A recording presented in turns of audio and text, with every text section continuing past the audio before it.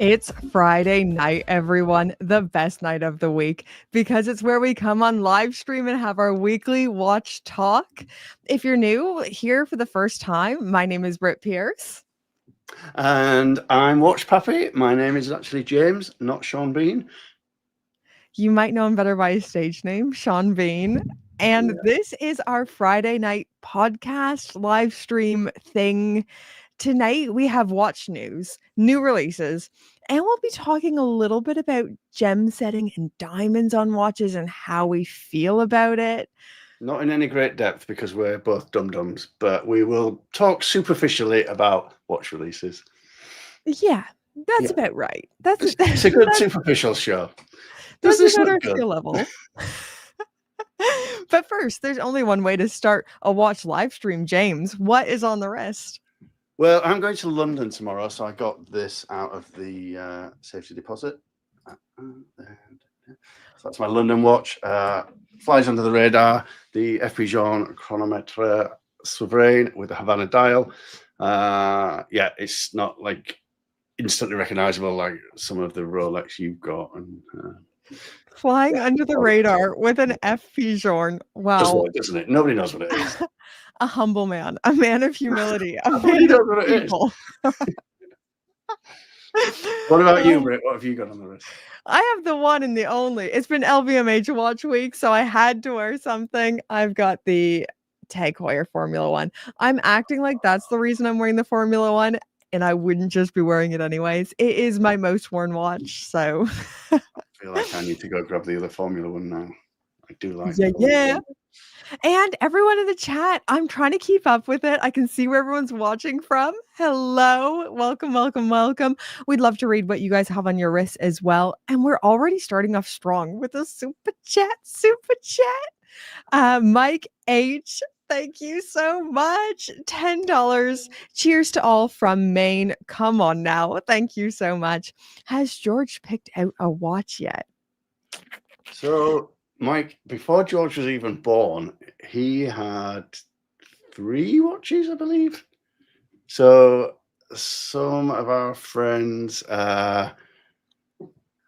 very generously bought him watches pre-birth. He got a little Audi watch from Audi. He got a Baby G, and he's got a Timex, a little mechanical Timex. It's so tiny and sweet. It's very cute. He's already got a sweet watch collection. I'm working on a state of the collection George edition, so stay tuned if you want to see those watches. We've already got another super chat coming through. Marcus EDC, $5. Thank you so much. My biggest YouTube inspiration. Stop it. You got to watch other channels. I think he means me. Sorry. Oh, you're right. Stop it. Thanks for keeping me motivated to make content, BP. Oh, that's awkward, James. Oh, shit. Yeah. 100% still one watch guy with my Monta Ocean King. Nice watch. Great watch. Great watch. I don't know how you do it with a one watch, though. I can't. Even try to think of narrowing my collection down to 3 watches. Oof. Yeah, it's too hard. It really is. I think you just get sentimentally tied to watches, don't you? And so you've built up memories with them, and you quite often it's taking you an amount of time to save up for it. It's taking you go through a journey of looking around, doing all your research, and then you get so attached to them that it's pretty difficult to say no. Yeah. Oh, we've got so many great watches coming in right now, things that people are wearing. Hello, welcome everyone to the live stream. Welcome to the show. Oh, Britt, before we go on, can you just say aesthetic? Aesthetic? Aesthetic. Why? Somebody in the chat says, does anyone else get bothered by how Britt says aesthetic? I've never noticed you saying it anyway, but... And there it is. And I say it so much. I'll be like, aesthetically. Aesthetic. So I'm going to read this question and see if I say it weird. Does anyone else get bothered how Britt says aesthetic? But maybe I'm thinking about it too hard now and I'm saying it differently. Oh, you don't pronounce the hard T, apparently. We've got two-tone sub on the wrist from Edwin. How do you not say the aesthetic? Nomos Club Sport, Neomatic 42 on Bryn's wrist. Let's Hamilton go. Khaki, Neva Scuba from Ocelot. Oh, come on. Yeah. So is Rob C. He's got the same watch, the Hamilton Khaki. Love it. Boracic Time says aesthetic the same way you do. I mean, some of us are just saying things so correctly. Somebody, Alex says you should say aesthetic. Aesthetic. Dino Under Construction recently bought a Panamatic Lunar from Glasuit Original.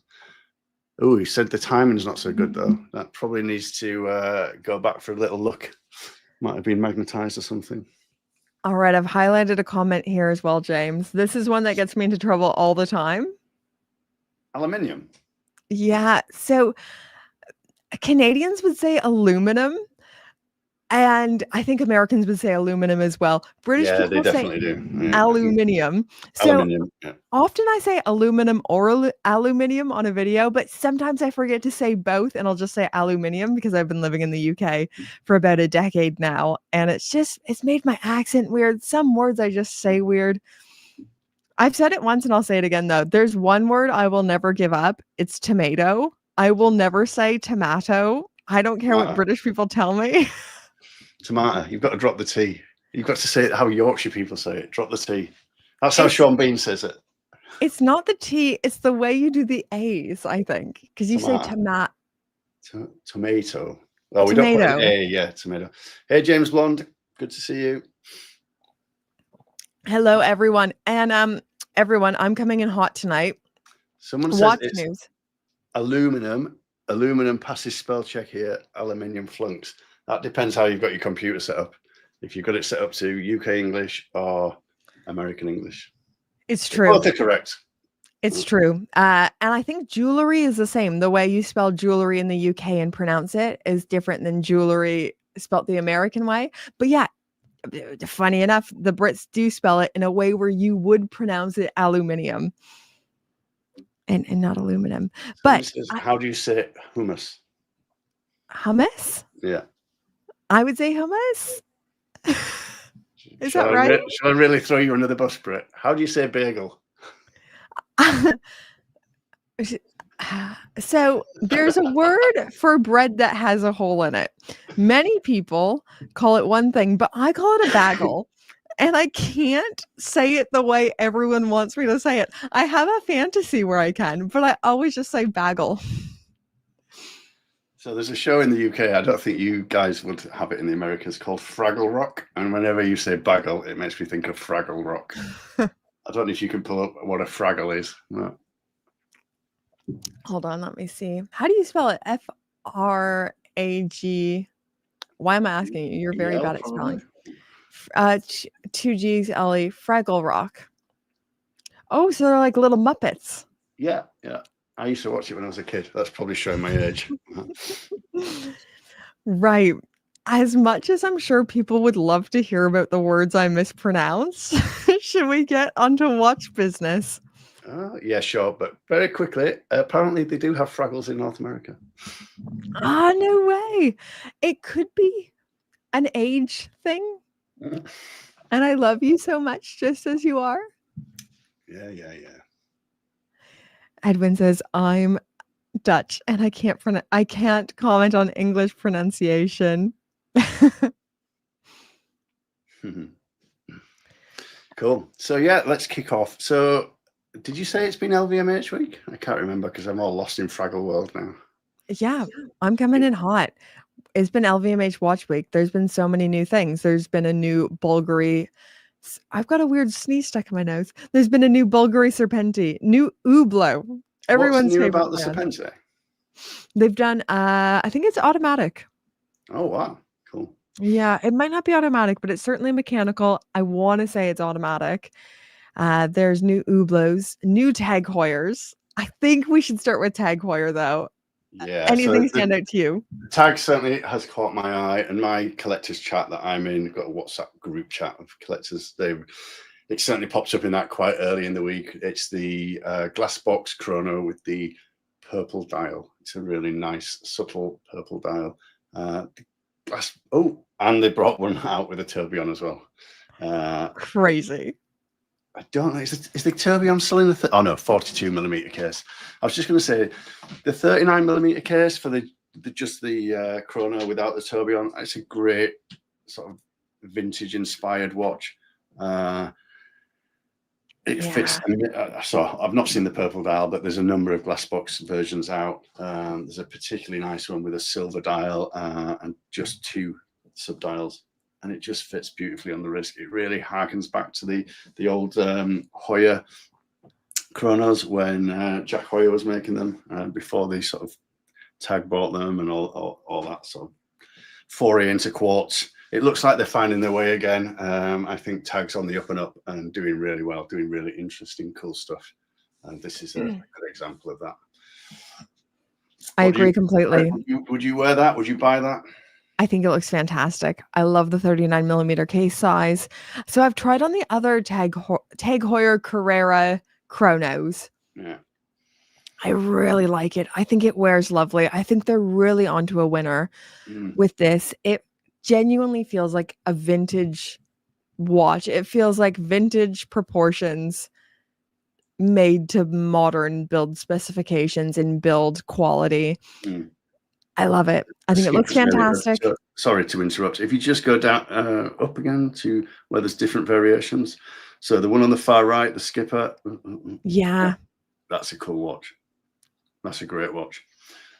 And you look at the price of that, and then you compare it to the Daytona or the Zenith or the Speedmaster. Even is way more than that these days, isn't it? Is it 8,000 now for a Speedmaster? The Speedmaster's gone crazy. I don't think it's as high as that. I want to say it's like 7,600 or something along those lines. But yeah, that is a very cool watch. Yeah, I think Tag has done an awesome job with these. Skipper particularly awesome. We need to see these purple dials in person, I think, before I can make a real judgment on how it looks. From pictures and renders, I think it looks fantastic. What's the price on the tourbillon?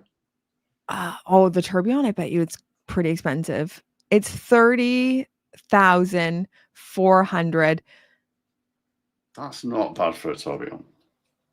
Yeah, still stainless steel, but yeah, tourbillon chronograph. Yeah.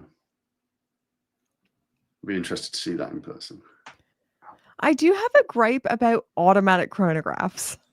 Why is that? Now I know Given that you've got an automatic chronograph. This is especially display case back, because chronograph movements are probably some of the most interesting ones to look at. And I really, really love looking at manual winding. Yeah, I'd agree. I think some of the movements that people get particularly excited about from Ilangazola and Patek is the chronograph movements. Yeah, there's a lot going on in there. There's a lot of depth to the architecture of a chronograph movement, and manual wind is probably the way to go. Yeah, they look beautiful. So yeah, good ones to bring to the table, James. Love it. There's been more Tag Heuers though. So let me see if I can share this tab instead.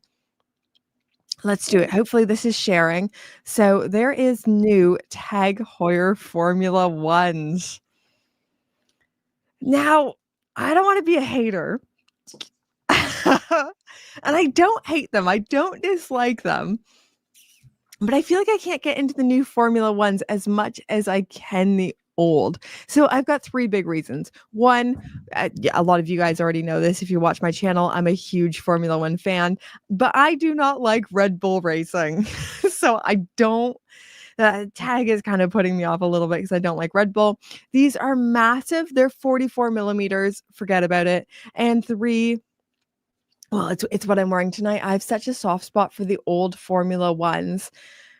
And these new ones are so different. out of those three, the red one with the black case, I quite like that. I mean, what's the price? It's a bit punchy. If that was maybe half the price of what it is it a quartz? No, it's automatic, 44 millimeters, and it's titanium. I think it's grade 2 titanium. Yeah. I quite like that. That's a good, fun summer watch. I think the price is somewhat justified. I'd rather it be like 3,700, but still, it is a titanium. The pushers are a automatic bit like chronograph. Offshore pushers. It is very offshore. Maybe this is why you like it, James. Yeah, I don't mind an offshore. I shouldn't be saying that out loud, should I? I'll get lynched. Yeah, I think it's so obnoxious. It's cool. I think you more than don't mind an offshore. I think you would buy one. Maybe. Yeah. I think there is something to say. I think there is something to say for an obnoxiously big watch that knows it's obnoxious and it just is what it is. Just go down to that side-on shot of it. It looks quite thick. Yeah, it will be. Sorry, I'm struggling. Yeah. I wonder into the specifications. I bet you it's like 14.5 or like 15. Yeah. I mean, if you're a 44 mil watch, you can pull off a 14 mil thickness. I think proportionally it will look okay. It is. It's 14.5 millimeters. And also, I think it's barely got any lugs, so I think it'll be quite wearable. If you look at the FP Jaune Octa Sport, that's 44 mil, but because the strap comes straight off the lugs, it's really wearable. So Rob C says, Britt Pierce, I'm with you, reference tag and Red Bull. It was fine when they sponsored McLaren Mercedes. The only tag I have is a Lewis Hamilton limited edition for his first championship with McLaren. Well, that's leading us nicely. This is going to be a nice segue, Rob, into what I wanted to talk about next, and that's Lewis going to Ferrari and cosplaying as a Valtteri. Yeah. There in that picture Britt's about to bring up. You know what? Lewis Hamilton is always dressed as something. Can you make that bigger, Britt? It's just a little... Oh, I thought I opened it. Hold on. Let's share this tab instead. Look at that. That's got vampire written all over it. Cool car. Looking dapper. Yeah. Also, I think I've missed a super chat somewhere along the lines. Oh no, it's right here. It's new and recent. We got a super chat. $10 coming through. Thank you so much. Big fan of the glass box. 100%. Let's go. Agree totally. Also, Gringa live. Let's go. Let's go. We're trying to make this a weekly live show. Hopefully we're able to do that. We almost didn't do it tonight. Yeah, we had a busy day. We were looking at houses. A bit of a drive back. George, we got the fire going. Georgie was all sleepy and it was just like, oh, should we just crack a bottle of red? Which we did anyway, and chill out. But we also didn't want to let you guys down, and this is so much fun. So here we are. I find this always with live streams. So I'll schedule one in and then I'll think, yeah, this is going to be so fun. But then the time comes to actually do it. And I always think, oh no, I think I just want to stay cozy. I just want to stay inside and not do it. But then I'm always really glad I did it in the end. It's a little bit like hanging out with friends. I'm usually thinking, how can I back out of this? I don't actually want to go out. I don't want to get ready. I don't want to put on makeup and do all this other things.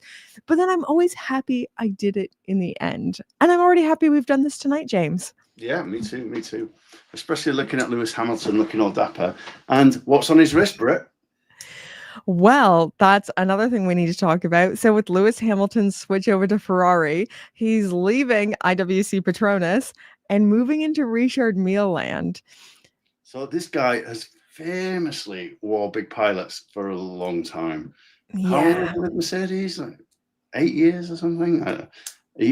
Always wore IWC. It was it went hand in hand with him. But okay.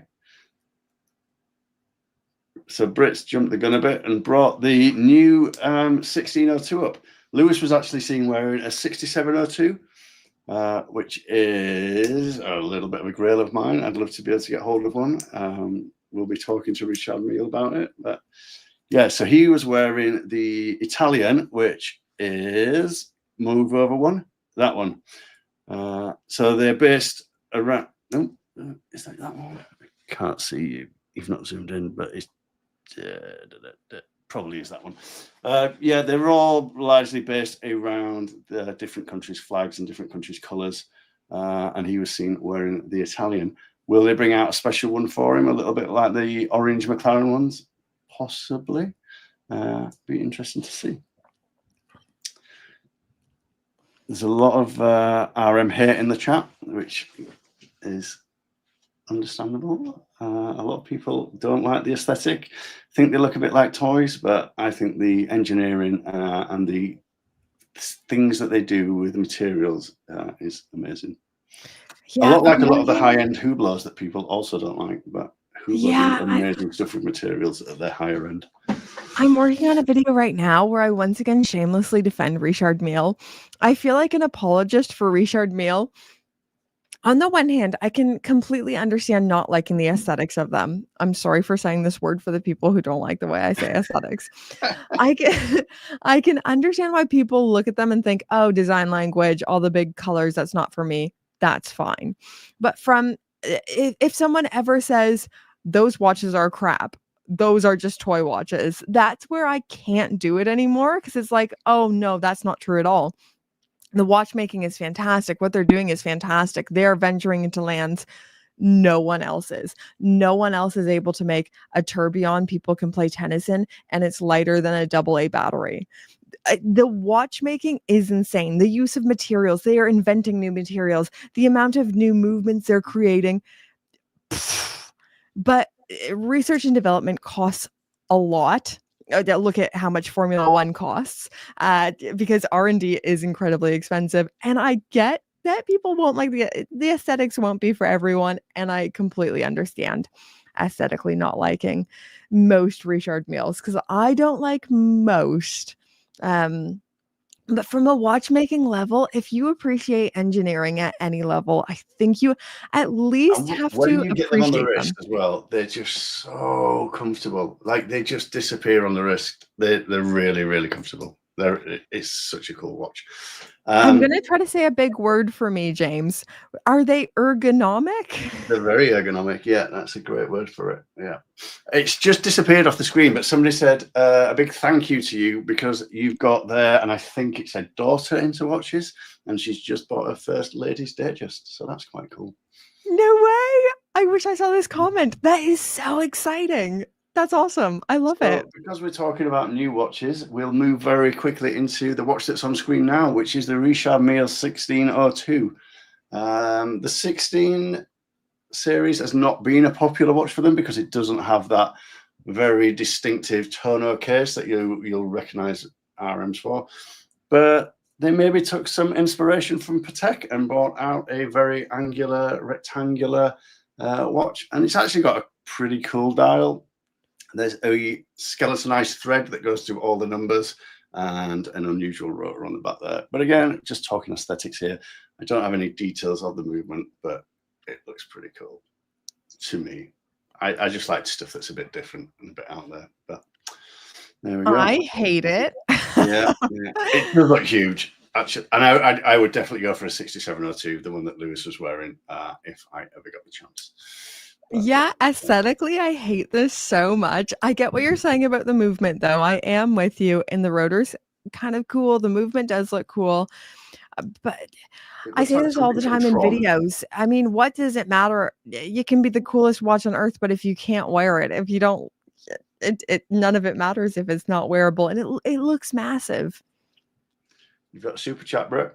Oh my goodness, a super chat from the one and only James Blonde, $4.99. Thank you so much. New hearing aid beige Hublot is RM homage with an El Primero in ceramic and only 30 G's, only 30,000 pounds. Tell Poppy to size that sodding helm. Got it. Should we pull it up? Should we look at it? Yeah. Okay, let's look at new Richard Milles. Oh, I had a tab up with them, but I think I've accidentally closed them. Or not new Richard Milles, new Hublot LVMH Watch Week.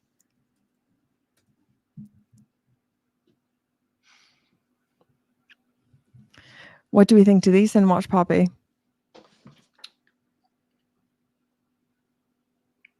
Interesting. Not loving it. You zoomed past it, but there was one you zoomed past it. I don't mind some of the big bangs. I don't mind some of the fusions. The problem I have with the lower end stuff is the movements they put in them. But yeah, 30,000. Good luck. Oh, got to love the RM. That was on Lewis's wrist in the video from Ferrari. Yeah, that's the one I love, Fernando. Yeah. Yeah, I won't talk to everyone about Formula One too much more tonight. I know it kind of splits people. Not everyone's into Formula One, but seeing, and we disagree on this, James, seeing Lewis Hamilton in Ferrari colors feels wrong. It feels sacrilege to me. I wasn't ready for it. I don't know how anyone else in the chat is feeling about it. Von Krull says, I mean, how much money before you might have a chance to snag a piece from Roger Smith? Well, the problem with Roger Smith is, and I know this from not personal experience, but friends of mine that have paid deposits, and he doesn't honor the price that they paid the deposit at.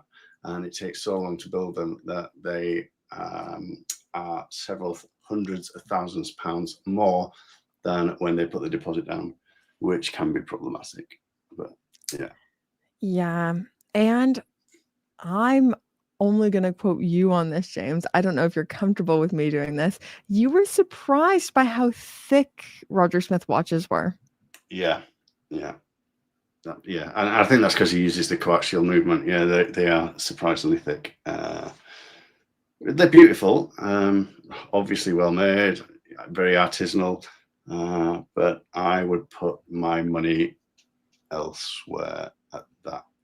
You're looking at Defoe money there. You're looking at Rex Happ money. There's other places I'd stick that sort of money. But that's personal choice, as with all things. And And we've got another super chat coming through. I didn't realize Cole was in the chat. Hublot are basically two companies, La Fabrique du Temps and Hublot. Look the former up. I don't know anything about this, but you're agreeing with it. So do you know anything about this? The Fabrique du Temps are the ones that are making the crystal cased thing. They look like lilies opening up. They're absolutely beautiful. They've got tourbillon movements. They've got that the one it's got like it's driven by pistons basically rather than a rotor. Yeah, they're doing really cool stuff. It's stuff that if it was made by MB&F, and I think I told you this when it came out, if Max Buser had made it, everybody would be going gaga over it. But because it's Hublot and we're all told we're not supposed to like Hublot, it's frowned upon. But it is very high horology stuff. Do you think Hublot could ever win the watch enthusiast community back? What would it take for Hublot to be accepted by us? Yeah, interesting. I think getting some of the very vocal influencers to get behind them. They've just become a meme now, haven't they? In the enthusiast community, outside of the enthusiast community, people love them. Like, I work with people that have them and think they're absolutely brilliant, and would say I would, I bought this over a Rolex because it's more interesting. And yeah, I think sometimes as well, when we get a little bit too deep into our weirdo watch world and we think that this is the whole world, it's easy to forget that these are still expensive, important purchases for people. Like even today when we were house shopping, our real estate guy with so much pride showed us his Breitling Super Ocean that he bought. And it was so cool. And it's like, I should remember that all watches are cool. I get so deep into my weirdo watch world. The cool thing about it was how excited he was about it and how much it meant to him. And he absolutely loved that thing. And he said he wears it for special occasions. Yeah, it was great. And it gives you that sort of enthusiasm back, because sometimes it's quite easy to get jaded in this space and, you know, quite negative. There's a lot of negative noise, especially on social media. Yeah. And I think you've got to remember that we all got into this hobby because we love watches. And that's all types of watches and all kinds of watches. And you shouldn't look down on people because they don't agree with you. And I see it in your comments all the time. It's brutal. And I've said this to you several times. Nobody would talk to you that way in a pub. Nobody would say the things that they say to you on the internet, in a pub or in a restaurant and wherever. But yeah, they feel like they can say whatever they like because it's anonymous, it's on a screen, and you just like, yeah, I've got so many thoughts to say from this. Yeah, people think they can say whatever they want. And I think they forget, in the wide scope of YouTube, the biggest watch creators are still really small. yeah. In how big some of the other creators are. Like, I think I'm becoming a larger channel in the watch space. And in YouTube land, I am so tiny. Like, it is just a very, very insignificant channel. And I think people think they can say whatever they want to you. But really, like, I go through every chat. I don't have any employees. I'm just a weirdo making watch videos that was born out of enthusiasm. So, yeah, I think people forget that sometimes. So, yeah, and I was just going to say, and I think you won't mind me bringing this up.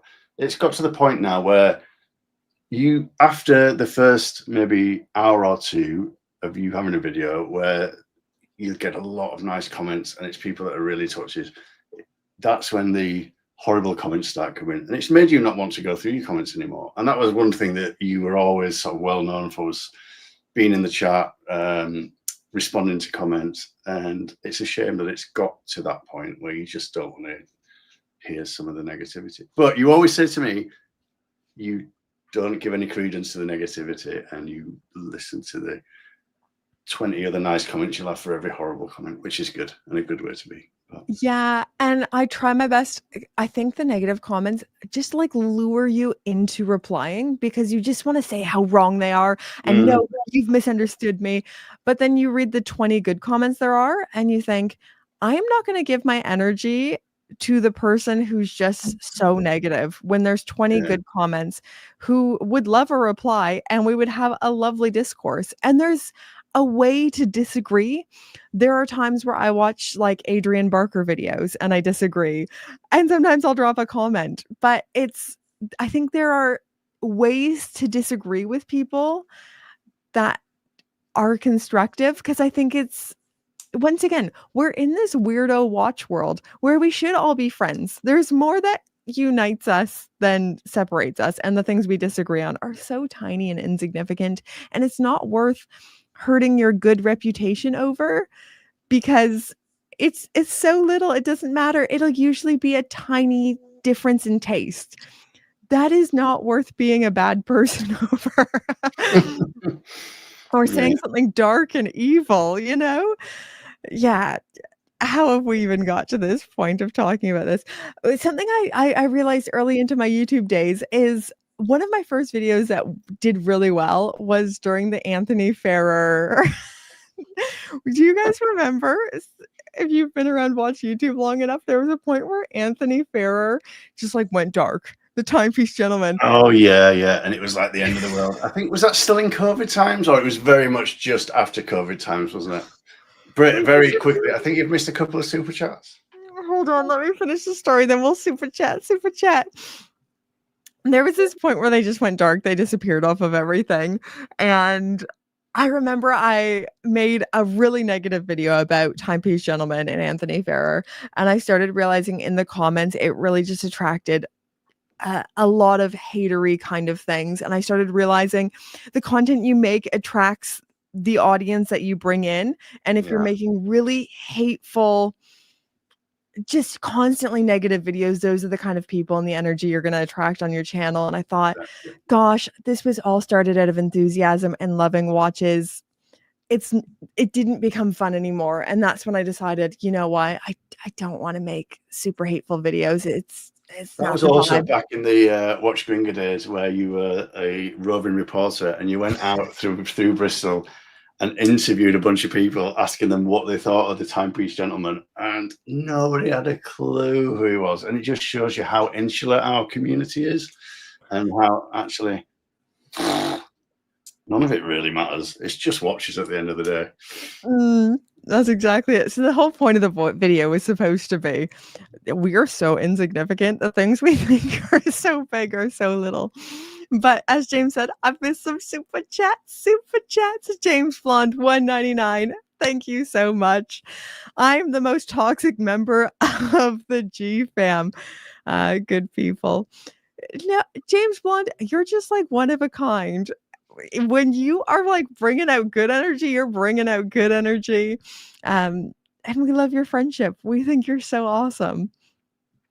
And I don't know, for anyone who was here at the beginning, we were talking about how our lovely little baby George has a mechanical Timex. That was a gift from Uncle James Blonde.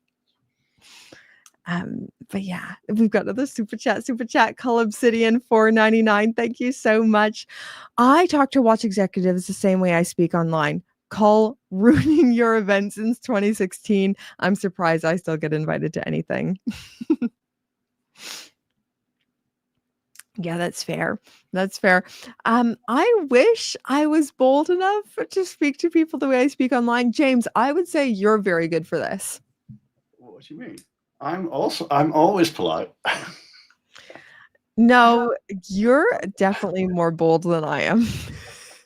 Yeah, I have a tendency to say what I'm thinking, sometimes to my detriment, but there we go. No, it's nice. You know what you're getting when you're talking to you. You're gonna say exactly what's on your mind and exactly what you think. Oh my goodness, we got another super chat, Tim, right? $2. Thank you so much. Super chat, upvote, folks. Thank you so much. Yeah, please, if you're enjoying this, if you're liking this, please do give us a thumbs up so we can keep it going. Oh my goodness, Officially Uncertified is here. Was that the one where you were the reporter? Mm-hmm. Yes, it was. Didn't you interview a dog at some point? One of the pub dogs? Yeah, I was getting desperate for material. No one wanted to talk to me. So, funny enough, when you come at people with a microphone and a camera and say, "Do you want to be on my YouTube video?" Almost all of them say no. But that very same day where I was wandering around Bristol looking for people, I bumped into my great, fantastic friend, Josh Kenny, who said, and I quote, "Who would ever say no to this? You're promising them fame." With your 2,000 subscribers. That's what I said. I was like, look, maybe 400 people are going to watch this. It's going to be pretty small time. We've got another super chat. Thank you so much. Dial Daily is in the house. $19.99. Thank you so much. Hi, Brett. Dial Daily here. What do you think of Patek Philippe Gondolo 5124G salmon dial? James, do you want to start us on this while I pull it up? Beautiful watch. It's got like a stepped case. It's got a sunken crown. It's got Breguet numbers, darkened white gold Breguet numbers, leaf hands. That's the one. It's gorgeous. The only slight issue I have with it is it's relatively large for a rectangular watch. You can kind of tell from those pictures. So I almost bought the 5124J, so the yellow gold. It's got baton markers all the way around, apart from a very angular 12, and it's got dolphin hands, I believe. Beautiful watch. If I was going to go for one, that's the one I would go for. I really, really like it. Yeah, I think they look fantastic. That blue dial there, that was very popular, but I particularly like the numerals on that one. Yeah, I love the Arabic numerals. I think it looks fantastic. Like you said, same concerns. Size with gondolo. Something I didn't realize until you were seriously looking at gondolas is their heritage and how they began. I had no idea. Did you already know that, James? Not till I really started looking into them, but it's a really cool story. Yeah, so it was a club back in Brazil where you paid an amount per month to be in the club, and The Gondola Club. it was a way of putting money aside, and then you got to, I think it was 2 years. You saved up an amount each month for 2 years, and then you got the watch. But during that time, you also got entered into a draw where you could win the watch with maybe, so if you won in the first month, you'd only paid the first month's payment. Really, really cool thing to do. Really good way to build a community back when there was no such thing as social media. Yeah, and they were pocket watches back then, gondola pocket watches. But yeah, very cool. I like it a lot. Yeah. Looking at it now, and I have actually looked at this one, and you can get them. Sometimes they come up for around 14,000 UK pounds, which is an absolute bargain. And unusually for a lot of watches, they've actually built the movement into the case, so it's a rectangular movement, which is pretty cool as well. But I think if I was going to go for one, I'd go for the 5098p. Don't know if you want to bring that up, Brett. I can do that. 5098p. Yeah.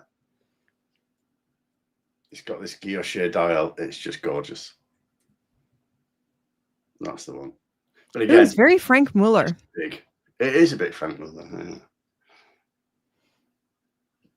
Yeah. But that's back when Patek was still doing real guilloche and not stamping dials.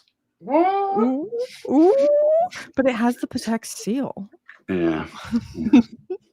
We've got another super chat coming through. Rob Wood, $5. Great to see you live. Thank you. I mean, we're trying new things. We're always trying to get better at things. I would say I don't feel quite confident in live streams. Sometimes, I don't know. It's nice to be able to edit yourself in videos because I feel a little bit socially awkward. But, trying new things, and great to be live with you guys.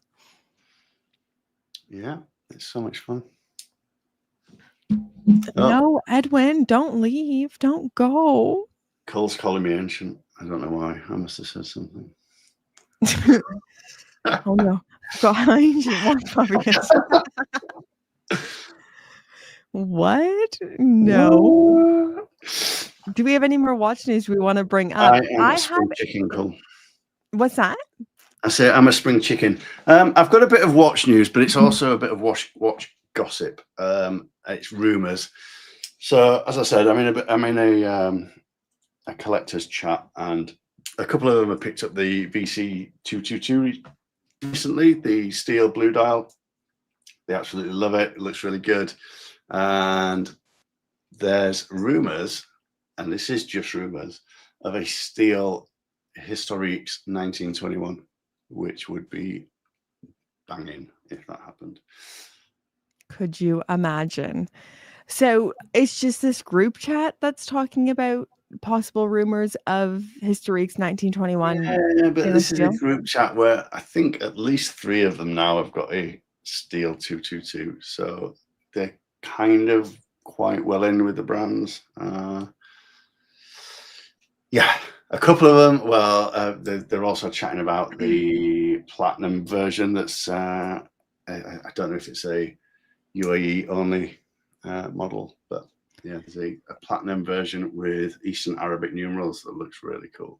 I don't know if I'm allowed to talk about this group chat, but this group chat is insane. Okay, this group chat, these people have kind of money. You're supposed to be in this group chat, but you never accepted the invitation. So because I know my lane. This is not my lane. They accidentally invited me into it. It's like, babes, I'm getting excited about tutors here. You guys can't invite me into your rich man chat. Yeah, this chat's insane. Every time you show me things from it, I'm like, is that a 1-of-1 FP Jorn? These people are connected in ways I just shouldn't be in. Oh, Cole's got a very hot take indeed. Hot take: the 1921 shouldn't be available in non-precious metals. Like I say, Cole, it's just rumor at the moment. I don't know. But I think the way, especially Richemont are going, they've done this weird pricing structure recently, and I think, well, I know a lot of the brands are struggling, and maybe they're really against that. I don't know.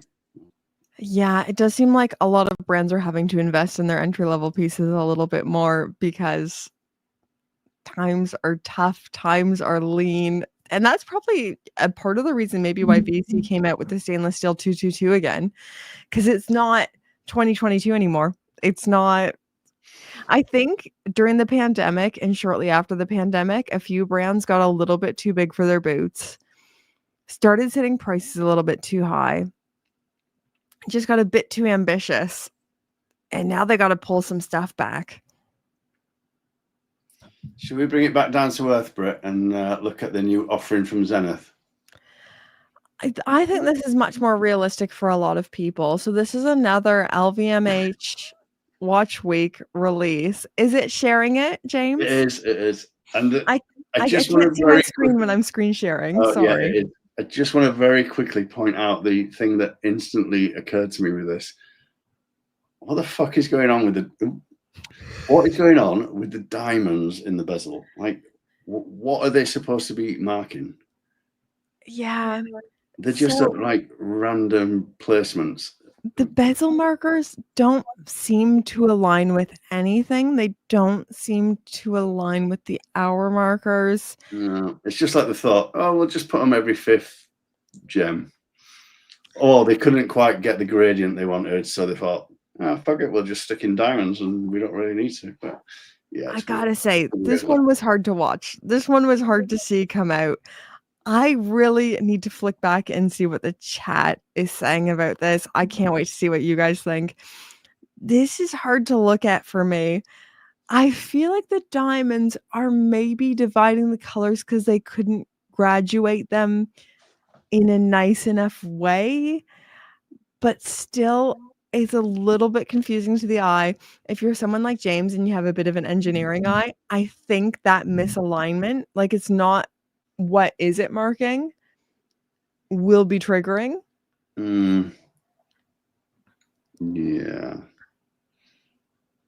I mean, it's a cool watch, and I don't know. I just don't know what they were going for. That's exactly it. I'm just not sure exactly who this is for, because to my mind, a diehard Zenith lover will love them for their sporty characteristics, obviously their movement and their fantastic heritage, and their importance to automatic chronographs. I get all that. I don't know who this is for. The footballers are going to be buying the Rolex Rainbow. The Daytona. Yeah. Sorry, the Rolex Daytona Rainbow, or they'll be buying something AP open work. I don't know who this is for. Yeah, it's an odd move. Yeah. I really, really dislike it. And it brings me no joy to say bad things about Zenith, because I generally really like them. Somebody, Corey in the chat said, without focusing on it too much, it looks kind of nice, if that's a positive. So if you squint at it, it looks okay. If you're a long way away, it looks okay. I think that's a very generous take. And Robert Coleman, just beneath that, Brett, he says, vintage Zenith are awesome. So that's a positive to pull out of this. And we're not going hard in on Zenith here. You know, Zenith are a great brand, lots of history there. It's just this particular model is a bit of a swing and a miss for me and Brits. But again, people are probably going to love this, and we're not the people to say what's right and wrong.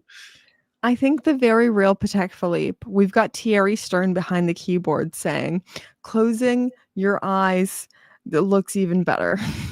bit like the Cubitus. Don't say that to Thierry. If you squint really hard, it looks like a Nautilus. And we've got a super chat coming through. $10. Thank you so much. Otto Conrad. That Zenith looks horrible.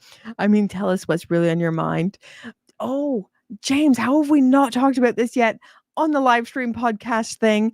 Hey, your takes on Mark Zucks and his Richard Mille, future billionaire brand owner? I didn't even know he had a Richard Mille. I saw him rocking the Grubel Forzi, which is an amazing watch, by the way. But I didn't know he'd got a Richard Mille. He's got a number of Jeans. In fact, he's got the Jean I'm wearing right now. And he's got the aluminium version of the Centigraph. Has he got a FFC? Not sure, but yeah. His taste in general is really, I didn't know really he had a good. Richard Mille, though. Yeah. But that Grubel Forzi's banging. His taste level in general is really like watch fam approved. Well, let's be real. Is he choosing them? Does he have somebody who chooses watches for him? Does he have a watch advisor? What does that Sam? What's that Sam call herself? UK Sam. Oh, a concierge. Concierge. Has he got a watch concierge? Is Sam choosing these watches for him? I don't know, but whoever his concierge is doing a great job. These are really high taste pieces he keeps choosing over and over and over again. So I think maybe what this comment is referring to as well, and I haven't watched this video, Theo and Harris, who is now just Christian because the lovely, fabulous, what's he called? I can picture him in my head. He's got a YouTube channel called The Iron Snail. He left Theo and Harris. And which one's Theo and which one's Harris? Neither are Theo and Harris. One's Christian. He started like a secondary watch guy thing. Is that like Barker and Jack? Oh, yeah. No, because Barker is Barker. Yeah, that makes more sense.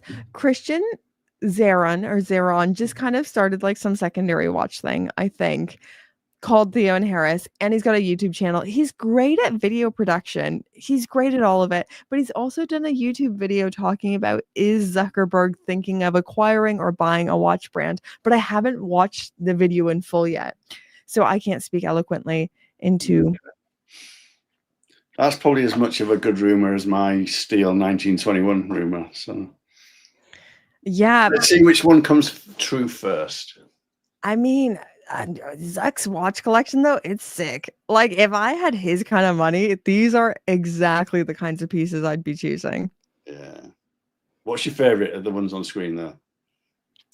My favorite? Well, James, he has one I think you'll really like and approve. Where did it go? He's got I think it's platinum. Yes, I'm wearing today. Yeah. But yeah. I love the Stradivarius. Yeah, no, my favorite one would be his Grubel Forzi. Yeah, good choice. I think it's dang lovely. Am I sharing the screen? No, I think share this tab instead. This is the one for me. He's also had a bit of a sort of glow up. I think somebody maybe gave him a haircut and told him to wear baggier t-shirts. It's not just the watches. He's definitely looking a bit more stylish these days. A bit more like he cares about what he looks like. Maybe he's just trying to distract people from the fact that he's a lizard. There is a conspiracy theory that this isn't like just out of nowhere, that this has something to do with something, but I'm not deep into the conspiracy world enough to like care or think about this.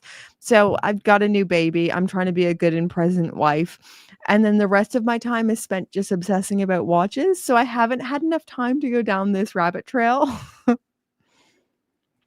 Oh, Albertus Magnus says, can we expect to see Gringer watches anytime soon? What would a Gringer watch look like, Brett? I've thought so much about this. So, and a Gringer watch would be a watch that no one would want.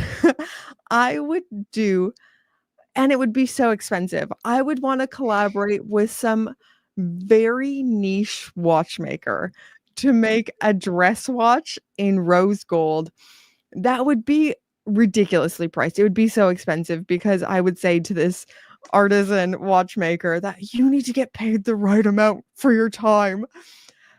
It would be a very niche dress watch at 34 millimeters. It would probably have a moon phase complication. Why don't you have a chat with Nomos and see what you can come up with? I would Nomos definitely. times or Nomos by Britt Pierce. That would be cool. The watch I would design, I don't think anyone would want. So I've already decided in my head there would never be a Gringo watch of any kind because no one would buy this thing. And it would just be embarrassing for me. Yeah, I can't do it. I can't do it. Albertus Magnus said he'd buy one. Oh, stop so it. You've got your first customer. You and me, Albertus, we would be the two people with them. I'd probably have to buy one just, to support you, be a supportive husband. Yeah, you would get guilted into buying one. I'd be like, James, I've only sold 2, one to me and Albertus. Oh, I think it was Philippe Dufour who praised Nomos. That's good press, the kind you can't buy. No, it's true. It's very true. Nomos, I've got such a soft spot for Nomos. And I know people get sick of me harping on about them. So for me, they were the first ever mechanical watch I ever owned. It was that next step up in watchmaking. It was so special for me to own a Nomos. And then I think I've shared this before in a video, going to Glashütte, going to Germany, and being with the Nomos people, seeing their manufacturing facilities made me fall so much more in love with the brand. They genuinely believe in what they're doing. They're so freaking lovely. I've met Roland, the founder of Nomos. They're just so fantastic. Their love just spreads onto you. They made me excited about watches again. And even just like little lovely things. I met a girl who works for Nomos. She left and went to go work for another brand. And Nomos just kept sending her Christmas presents. They send little Christmas presents out to people who work with them and work for them. And they just kept sending her Christmas presents. And the new brand she worked for made her feel really invisible and not very good. And she was like, I miss Nomos. Nomos was so nice. And it's just the perfect They're just a lovely brand. Yeah. I'll stop harping on about them. Yeah. Cool. Oh my goodness, James, we've got a super chat. Super chat call is coming in $4.99. I swear to God, if you start selling shit, poopy NATO straps, I'm calling social services. Do Gringa X, Jean Rousseau straps. Jean, PP, Jean. Are you not Canadian? This is already it's beyond French my your price second point. language. Jean. En français. Jean Rousseau. Je ne parle pas français. Je suis une idiote. Sorry, is it Jean? Jean Rousseau? Oui. So, Cole, I think we've just realized Jean Rousseau is not going to partner Jean's not with a rube like me. You can already tell just from the name, it's richer stuff than old Gringa can afford. I am working on something that's not video related. It's an idea I've had for a while, and now it's just kind of landing that plane and making it actually happen. And that's all I'll say about it. BP, say less. Yeah. I am working on something beyond YouTube, though. Okay. Yeah. Say less. Watch Poppy, is there anything we need to talk about before we wrap it up for the night? I think we've talked we've about not actually talked about the thing that you said the whole show was about, which was diamonds on watches. I guess we kind of touched on it a little bit with the Zenith, but I don't know. Do you want to overrun a bit, or do you want to leave that for next week? Let's overrun a little bit. I'm feeling it. I'm having a good time. So what this live stream was really supposed to be about, but then we talked way too long about how I pronounce bagel, and aluminium and aesthetics. But I wanted to talk, and it'll just be 5 minutes. We don't have to talk forever about diamonds and gem setting So on watches. You're going to roast me for 5 minutes for liking diamonds, and then we're going to go. No, I won't roast you. I won't roast you. And I want to hear what the chat has to say as well. What do we think about gem set watches, diamonds on watches? James, you take us away. I love diamonds and watches. I love a diamond bezel. I love a pavé dial. If it's done well, I think it just makes the watch look very special. Britt, what do you think? Okay, I'm going to pull up a pavé dial right now because this is the one I'm thinking of with you. So to my mind, and you can correct me wherever I'm wrong, James, you were a bit impartial to diamonds. And then one of our friends got a Yachtmaster pavé dial. Yeah. And it seemed to move the needle for you. Yeah, I wore it. We went on a night out and I wore it for the night and he wore my watch for the night and lights kept hitting it. And I was like, oh my God. And it's just so vulgar. I love it. Yeah. I'd wear it with my, you know me, not many people know me. And what I wear, I stay well hidden. I spend most of my time in jogging bottoms and hoodies. I love the fact that I would just wear that in my jogging bottoms and hoodies or my flip-flops. And yeah, I really like it. Is it the juxtaposition? It's the juxtaposition, BP. It really is. It goes well with my teeny weeny beanie. I gotta say, I'm being converted a little bit more to diamonds and watches. I'm in two minds about it. So for me, always factory only. I would never do like a bust down or do some aftermarket diamonds. If I was to do diamond anything, it would be factory only. It doesn't call to me. It doesn't speak to me. I don't know. I can, it's a little bit like Richard Mille. I understand it for other people, even though I don't want it for me. Yeah. I can respect it. And I think to write off diamonds, I don't know. The fact that I look like an absolute tramp most of the time, and I've got this diamond encrusted watch. I just think it's funny. That's all it is. I just think it's funny. There are sometimes I do like diamonds on things. I think baguette cut diamonds, particularly as indices, can look really class, can look really subtle. I particularly like baguette cut diamonds. I think to write off all diamonds in gem setting is ignoring the history of horology and the history of watchmaking, which is forever intertwined with jewelry and gem setting and enameling and all these beautiful things. And I know it's not a like lot more eloquently than I did.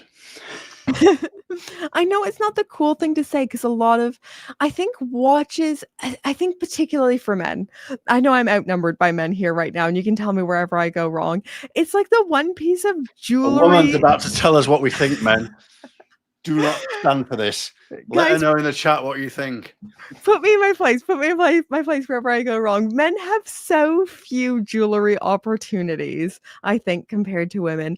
And it can be a really great way to express yourself.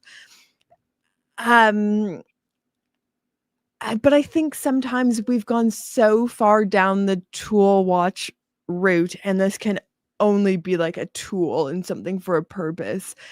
And I don't think it has to be only that. I think there can be ornamentation for the sake of ornamentation, and people can like that, and it doesn't bug me.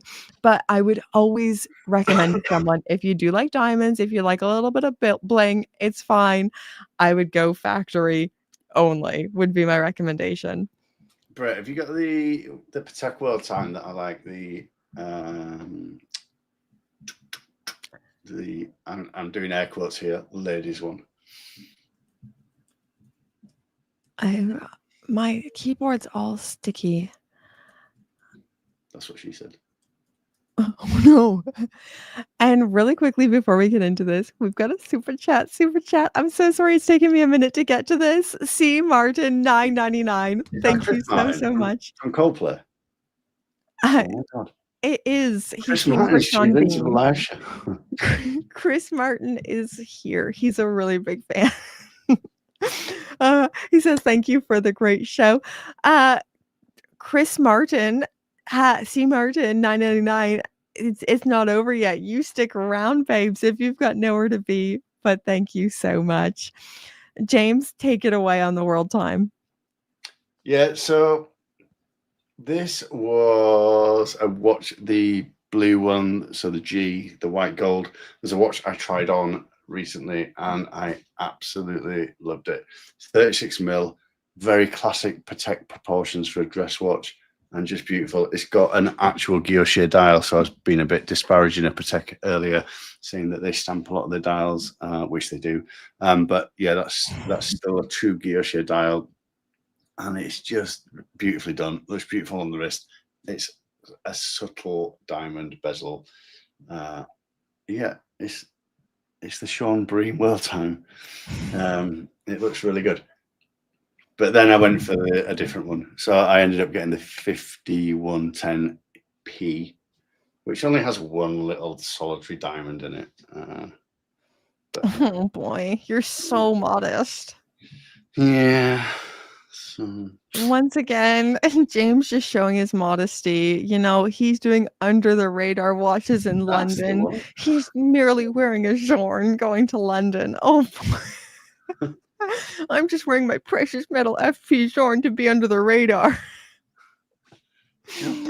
We're in different planets, man. We're in completely different planets. It is under the radar.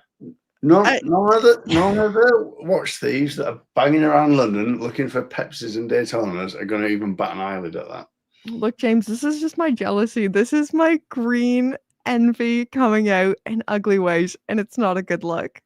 The 5110P. So I really need to make a video on this because this is a watch you picked up while I was pregnant or really close to giving birth. So it was kind of like one of these weird things that got lost in the shuffle of maternity and all that fun stuff. But I really need to make a video on this because this is a genuinely beautiful watch.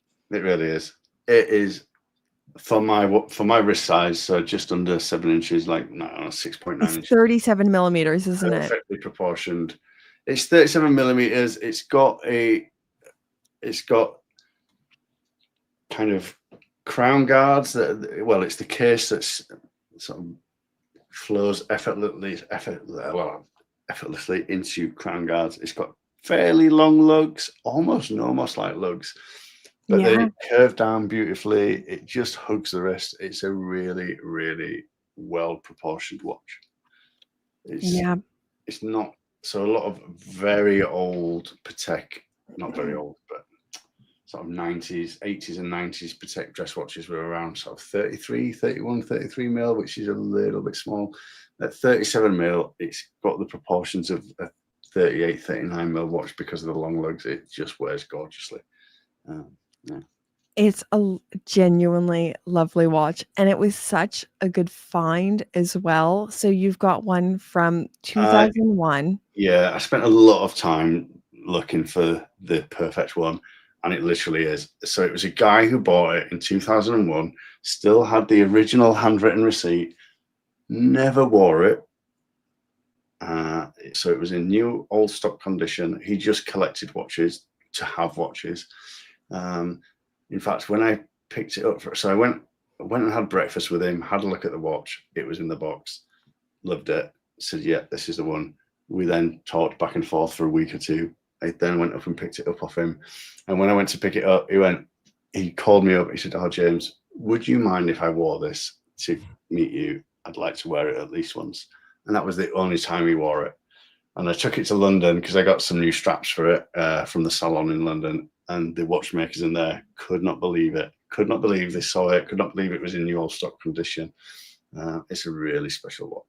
It's insane find. Yeah, insane find. And I think taking it to Patek in London when you were looking for a new strap, it was like the perfect condition for people to appreciate it. Yeah. Because I think a lot of people probably wouldn't be able to look at that and appreciate it for what it is. But the watchmakers saw it and they were like, how did you find this? I'm out of curiosity, how did you find this? Yeah, it's absolutely gorgeous. And the guilloche in the sun, just, it's like electrifying. It's gorgeous. Yeah. Now, not to the same degree you obviously found, and I can't afford anything like this, but this is exactly where I see my collection going. I'd love to get more neo-vintage pieces, things circa 2000, in the 90s. The more I'm looking on Chrono 24, which is already a lot of time looking on Chrono 24, this is kind of the direction where I see my collection going. I just think this is such a great era of watches. I was just going to say that it is such a good era of Even Breguet watches. Yeah, it's a great era of Breguet. It's a great era of Patek.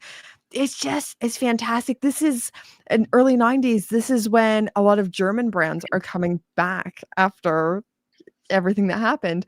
It's a fantastic, exciting time in watchmaking. We've got a super chat here really quickly. This might be our last one before we end the show. Rich Mitch, £2. Hello. Best date just configuration. I already know my answer. 36 How do you know that millimeters. DJ was date just? Maybe he meant who's the best disc jockey. Just context. Okay. Best disc jockey configuration, very hard to tell. Maybe someone BBC won. But definitely best not Jimmy Savile. Don't even go there. No, we're trying to attract a nice fan base. £2, best DJ date just configuration. To me, in my mind, it has to be 36 millimeters, fluted bezel, Jubilee bracelet. What dial? It's the only way. Wimbledon. Oh, I'd go classic blue sunburst.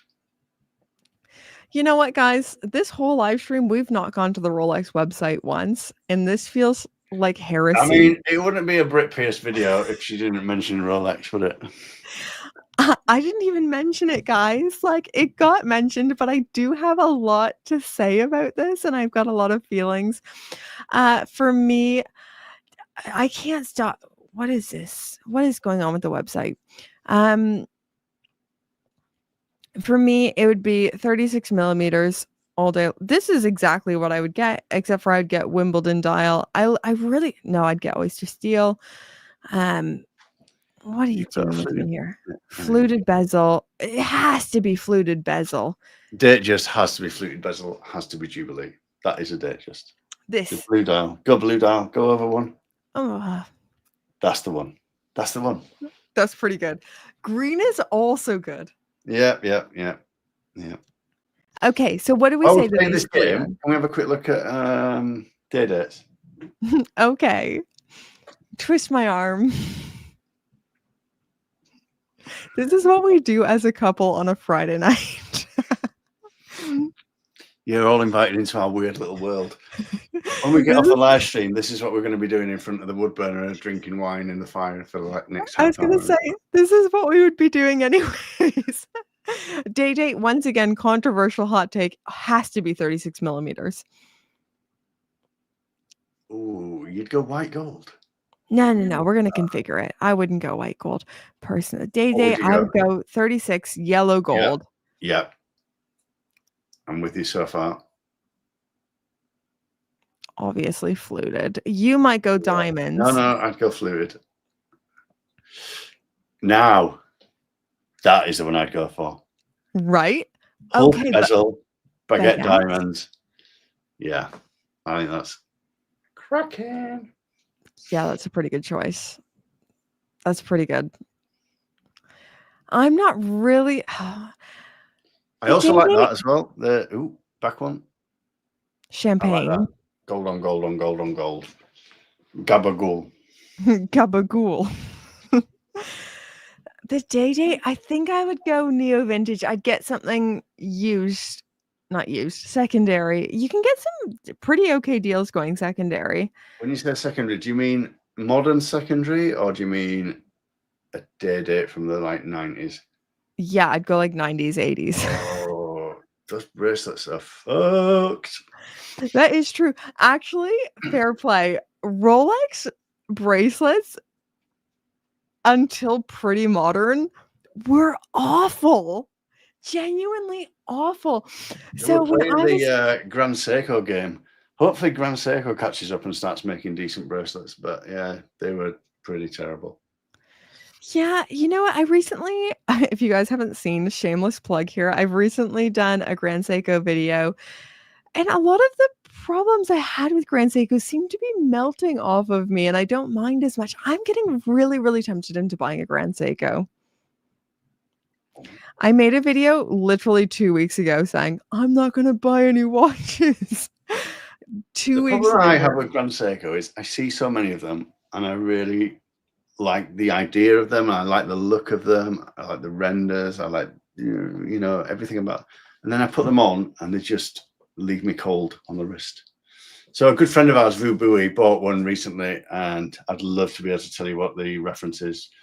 Probably begins with an S, but it's a really cool red dialed, European only. Ooh, not that one. No. What is it too? I swear we just saw it. Go stop. Oh. So go top line on the right. Yeah, that's the one. I think in my head, that's a great watch. It's got 100 meters of water resistance. I would put it on a black rubber strap. It's got a beautiful dial. It's got really nice indices, really nice hands, really nice second hand. I put it on the wrist, and it just didn't work for me. It looks great on him. It looks so good on him. It just didn't work on me. I was so disappointed. But for me, I think because I recently invested in a macro lens, and I'm trying to really up my videography this year. That's my goal, is to really get better at videography. The Grand Seiko under the macro, oh my goodness. The finishing is fantastic. It's insane. I think they're beautiful. Britt, Yeah. I'm about to finish off this bottle of red. Are you going to get upset? No, you finish it. I can be on gin when we get off of this. Let's do some super chats, and then we'll wrap it up for the night, I think, James. And maybe get watching some bad reality TV again. Yeah, so quick shout out to Traitors. My daughter said you should start watching Traitors. It'll be right up your street.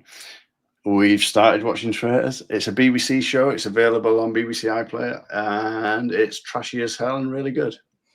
She knew. You know who would appreciate a horrible trash? In the house more, then that's the way to go. Really quickly, we've got a super chat, $10. Rusty Shackelford, should I buy a Pepsi Rolex? Yes.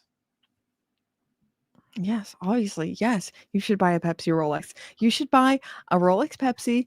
I would say Jubilee bracelet all day, every day. I know this is something I get in fights about with people on the internet. Hang on. Is he talking about a new Rolex, Pepsi Rolex? Then yeah, Jubilee. Is he talking about an older reference, a 554 even? He didn't specify Master or Master 2. Is Cull, the GMT expert, still in the chat? Cull, what Pepsi Rolex should Rusty Shackelford go for? We defer to Cull, the true all-knowing Pepsi expert. I would go personally for and this is because it's the first Rolex I ever bought, a 16700. It's not a GMT2, it's a GMT. It's got a tritium dial. It's kind of a almost transitional, so it's. I was gonna say it was just before the Master 2, wasn't it? Yeah, it's a great watch. Really good reference, really interesting reference. If you are into GMTs, it's relatively affordable because it's not that desirable. So I'd probably go for that. I'm so glad we've broken the Rolex ice because it needed talking about. It was making me ill that we hadn't talked about Rolex yet. What? We've got another super chat, James. Rich Mitch, £2. Look at the Lake Suwa. Yes. And the Itira Valley Grand Seiko. I don't know the latter. Hold on. Do you know these, James?